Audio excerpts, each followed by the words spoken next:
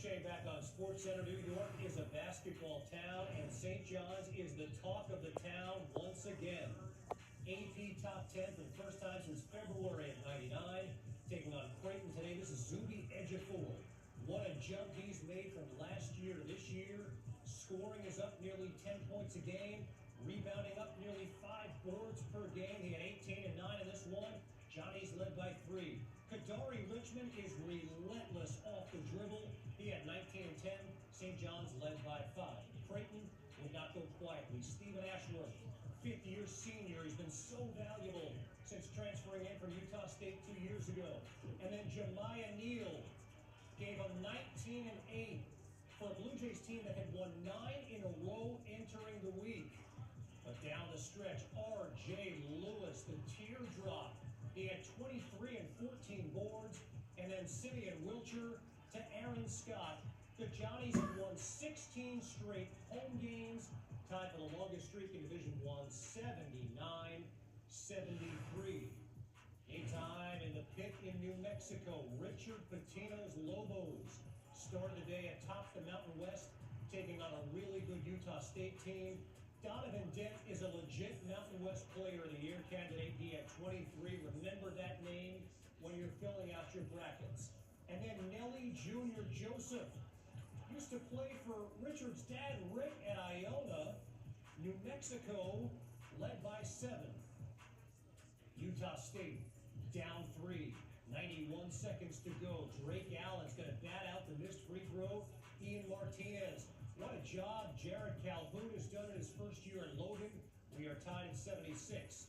14 seconds to go. Washington. He was 4 of 8 from behind the arc. New Mexico grabs a 4-point lead.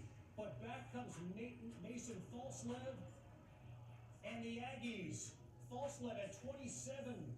Utah State down 1. After a pair of made New Mexico free throws, who's there to make the block? Donovan Dent. New Mexico wins at 82-79. They're now 14-1 in the Mountain West, 22-4 overall. One leads the Big East, one leads the Mountain West. Hall of Famer Rick Pitino, head coach at St. John's, and New Mexico head coach Richard Pitino join us on SportsCenter. Hey, Richard, who's done a better coaching job so far? Well, you introduced him as Hall of Famer, so I think we know the answer to that. It was funny, I was watching the game before we went out, and I knew it was close, and I turned to my brother in the middle of the game, he was across the way, and I said, thumb up or thumb down in the middle of it. So a great win for St. John's. I mean, we're both pulling for each other so much. Yep, Rick, let's talk about that. I mean, you're both so immersed in everything that comes with running your own programs. How much are you able to watch Richard's Lobos? After the game, I was supposed to go to the press conference, and it was a minute to go in the New Mexico game. It was tie score, and I thought my life was going to come to an end when they tied the score. But he won the game, and obviously, listen, I don't care about my game. I mean, I do somewhat, but for my son, it's my life. I want him to win every single game.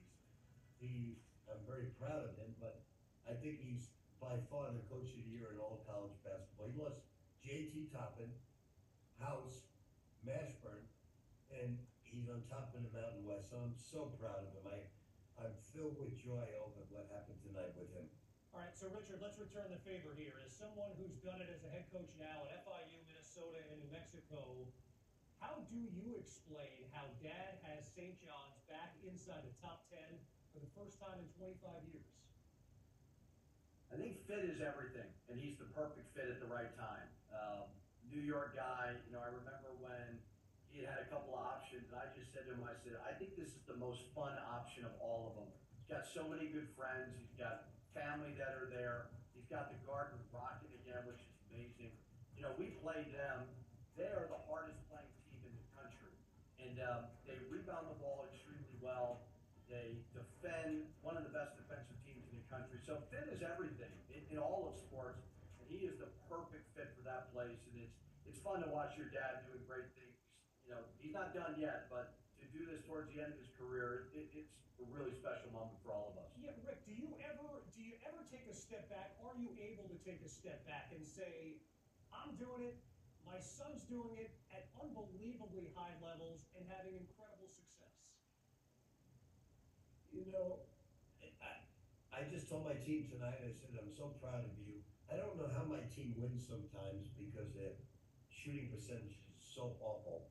Richard reminds me of that all the time. But for me, I would much rather be a proud father than a proud coach. And I'm so proud of him. You know, this one's for both of you, but Richard, please start. Why will Rick's team be tough to beat in March? Style of play travels. You know, they defend. It doesn't matter where they play. They're going to defend and rebound.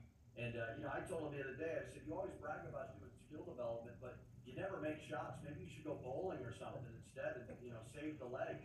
But the style translates. It doesn't matter who they play. They're always going to be relentless. They never ever give up. They're the hardest playing team in the country. Rick, how about you? You know, it's funny him saying that. I always prided myself on player development. Richard said, Dad, do you practice foul shooting? Do you practice three-point shooting? I said, yeah, a little bit, like 3 hours a day. But you know, Richard's a unique coach. He learned a little bit from me, a lot from Billy Donovan. I think he's one of the brilliant offensive minds in all of college basketball. But no dad could be more proud of his son as I am of him. But he's got so much that could cause damage in the game because he applies great confidence to his team and they can score against anyone. So we have big Lobo fans here. The Lobo fans are all behind him, and we're all very excited for him. And he's got a superstar in Donovan Dent as well here. I want to go rapid fire with you both. Enough of all these niceties here. Who's the better recruiter? Rick, you start. I'll give all the credit to him. He found Terry Rozier when I didn't even know if he could play. 78th player in the country. He found Terry Rozier. He's a great recruiter, great evaluator of talent, and he's better than me at that. Richard, that true?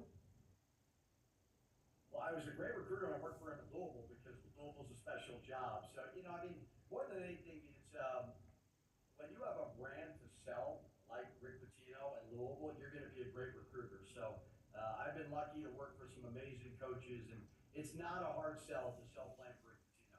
All right, more compassionate towards officials. Richard. You know what's funny, actually? People think my dad is tough on officials. He's really not.